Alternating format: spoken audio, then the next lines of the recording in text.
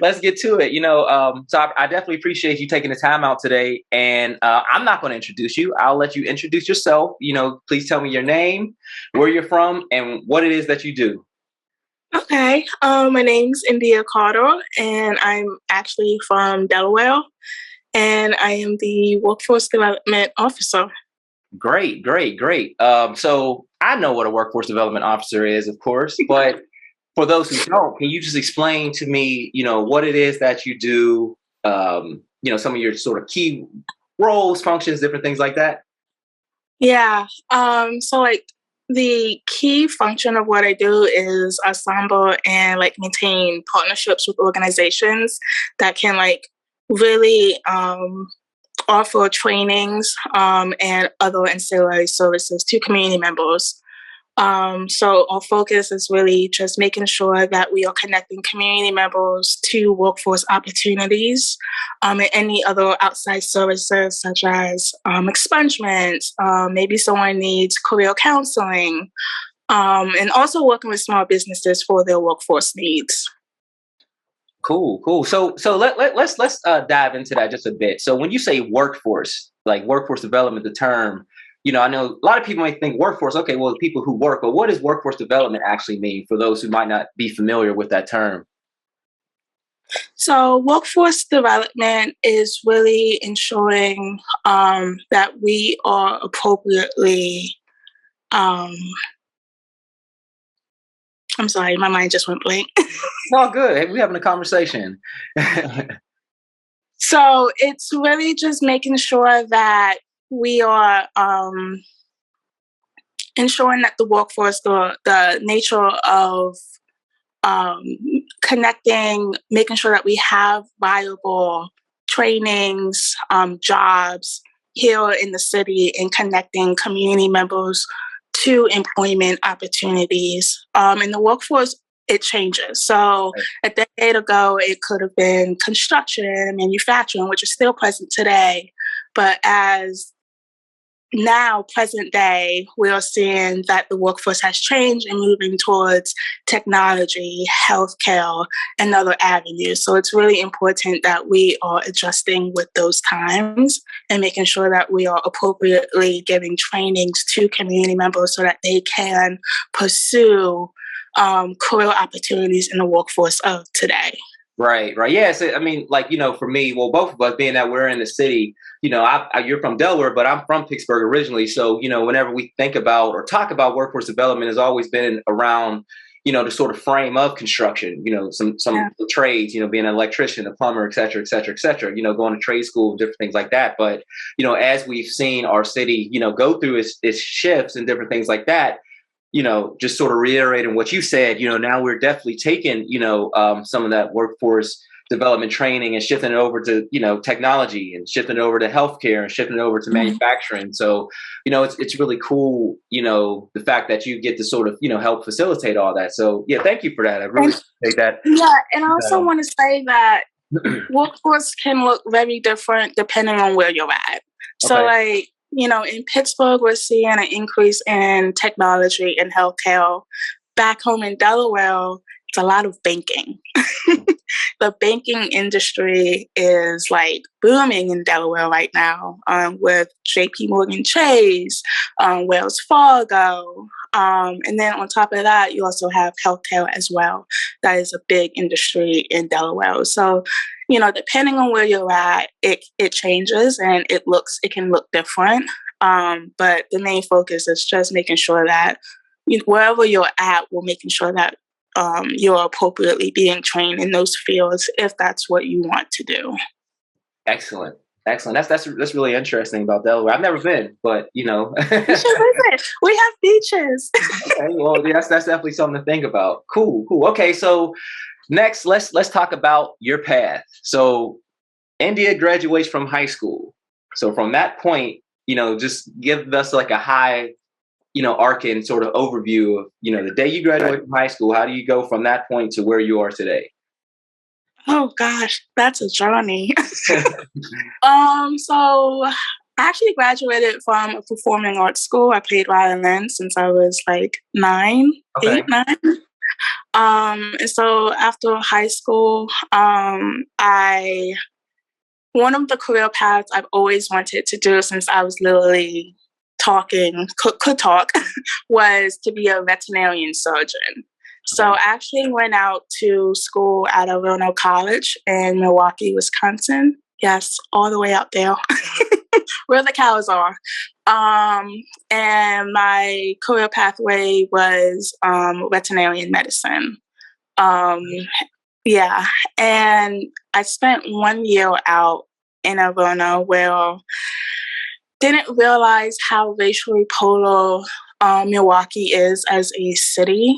Um, I was faced with a lot of controversial um, just events that happened throughout that year from city councils came out with a whole bunch of like racially polarizing conflicts. There Wow. was a of marches that I participated in and was actually on the news front cover newspaper holding up signs as a freshman.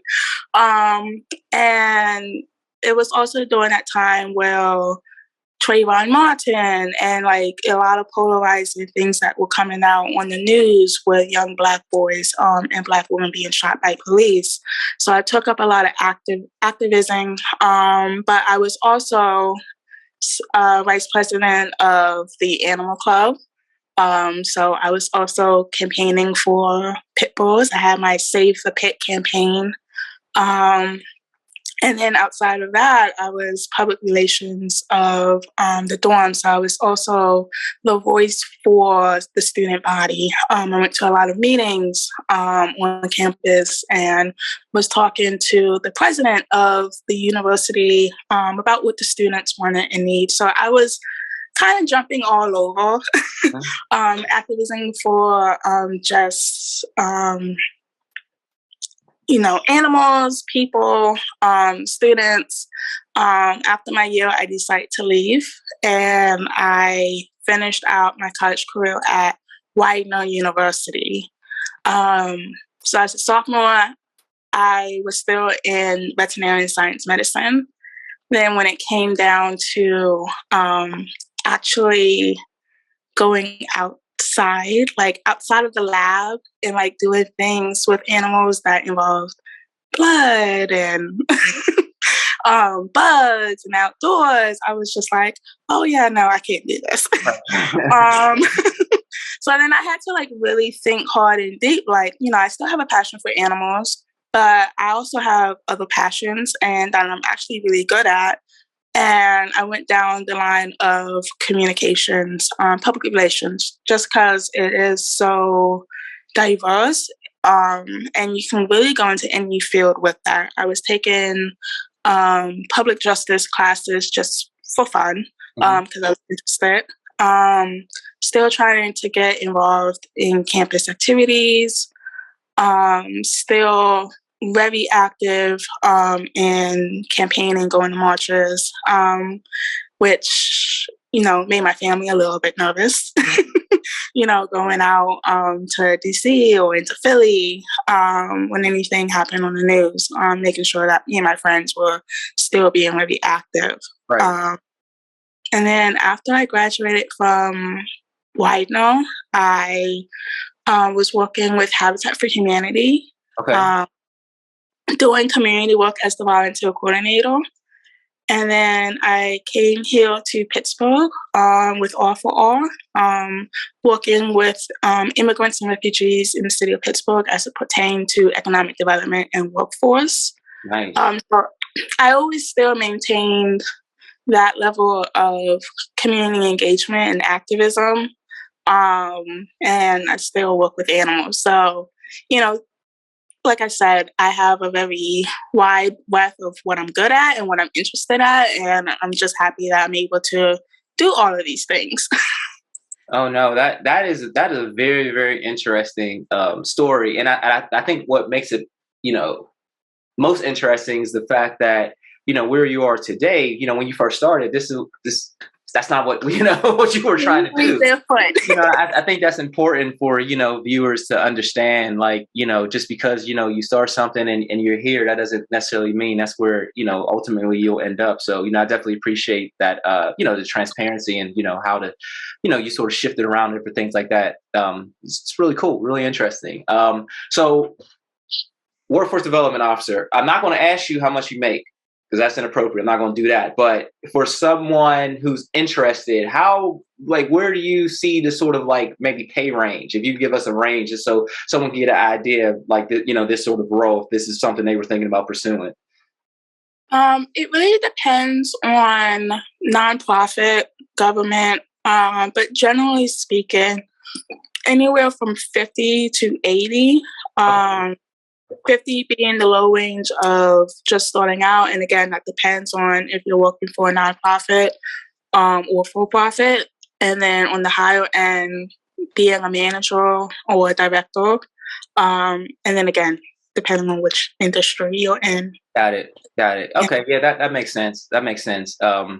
So I guess, sort of circling back to you specifically, where are you going? I'm just curious about your sort of plans, your, professional trajectory. Where does India go from here?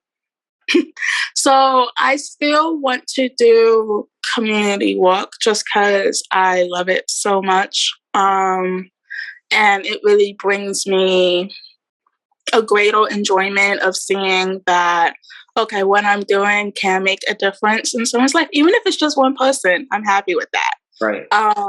But I am in my master's program for cybersecurity. I am, with what I want to do with that, I'm not exactly 100% sure. I have a few app ideas. I want to see if I can connect it to something to do with animals, specifically pit bulls. And bully breeds in general. So I'm still trying to figure out how do I connect that, but I'm not going to share my ideas. But that's my goal. So yeah.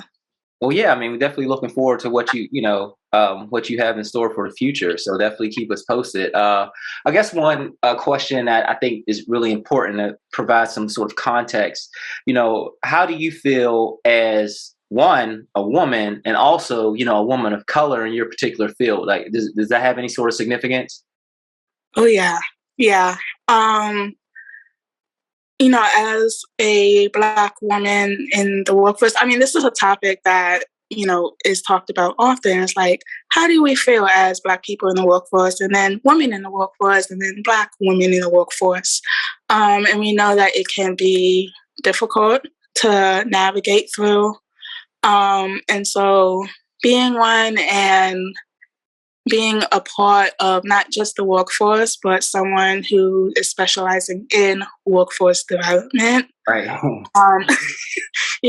can really connect with community members. And I know how difficult it can be to get into a certain career field. Mm-hmm. And that exposure is everything. I was very fortunate enough to grow up in an environment where I was exposed to technology, to veterinary medicine, to doctors and lawyers, and opportunity is everything. And my parents always told me that, what makes success is hard work, but it's also someone giving you an opportunity. Right. And being in this role means I'm able to give those opportunities to community members who look like me, who may have otherwise not have had those opportunities before. So really advocating and making sure that, hey, we need to bring tech programs to the city, and expose people to these opportunities. Healthcare, more construction or manufacturing, and also talking to women, because women can also be in construction and manufacturing. Right. We don't really see that a lot, especially, Black women. So, if we can expose people and give those people the opportunities, that's what, brings me joy. And that's what, it's all about for me personally. Oh, wow. That was great. Thank you. Thank you for that, perspective. That's just, I mean, it's always interesting just to hear. I mean, because, we can look at a role on its face, but then, when you have, the idea of, like I said, you being somewhat of a double minority, there's definitely sort of implications, related to that. So, yeah, I definitely appreciate that perspective. I would, I didn't want to do this as, you come on to sort of promote, what it is that you do or anything like that. Cause, you could like what you do or you could not like what you do. I mean, Yeah. where you are as a professional is just, sometimes just where you are. But, is there something that, would you encourage people to get into this field? Or, I mean, what are your thoughts around that? I would. If you are a person who is passionate about making sure that the workplace is a safe environment for people who look like you, and you enjoy working with community members or working with businesses, and developing plans, then like this is a good career path to go on.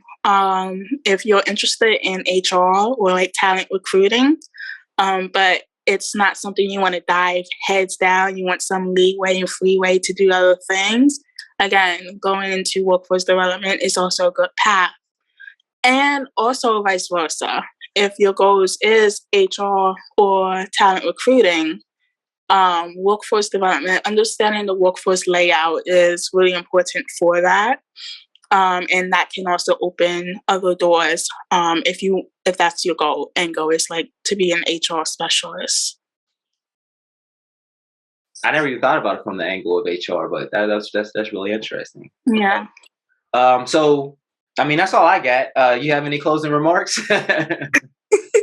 I mean, just in general, as like what I've said before, if, it's a good career path if you are passionate about community engagement, about making sure that you are being a part of the workforce solutions and not the problems, because we know, especially in this country, that